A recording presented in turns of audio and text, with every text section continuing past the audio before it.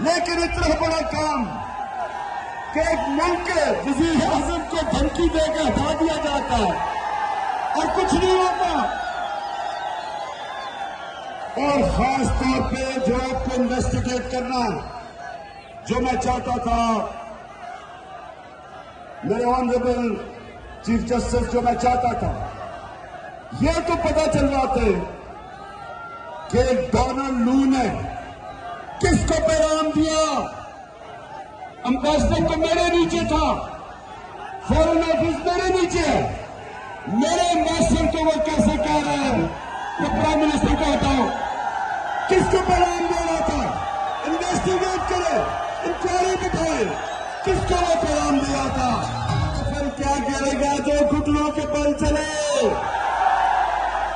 पहले घुटनों पे है कि जो हम तो बेकारी हैं। क्या बेरोजगार हम बेकारी हैं? हम किसकी उम्मत है? नबी सल्लल्लाहु अलैहि वसल्लम की, दुनिया की तारीख के सबसे अजीम लीडर।